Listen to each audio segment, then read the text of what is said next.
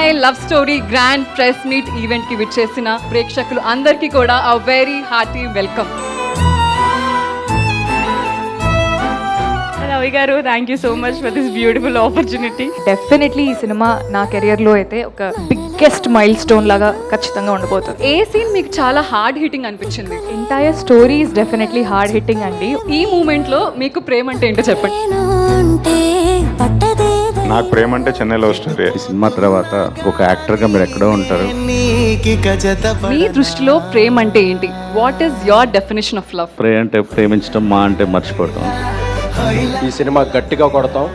కారాంప్ తర్వాత చెన్నై లవ్ స్టోరీతో ఆయన ఒక మంచి మీనింగ్ఫుల్ హ్యాట్రిక్ కొట్టబోతున్నారు. మీ దృష్టిలో ఈ రోజుల్లో ప్రేమ ఈజీ అయిపోయిందా, కాంప్లికేటెడ్ అయిపోయిందా? ప్రేమ ఎప్పుడు ఈజీ కాంప్లికేటెడ్ కదండి. అది దొరికితే ఈజీ, దొరకపోతే complicated. Chennai love story. Chennai ఎందుకు? Why not Hyderabad, Vijayawada?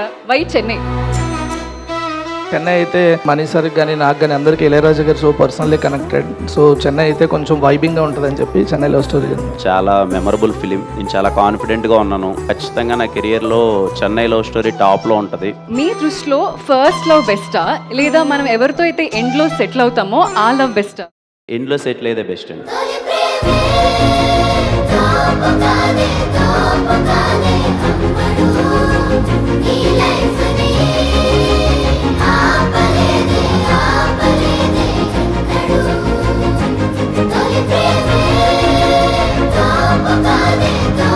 Thank you.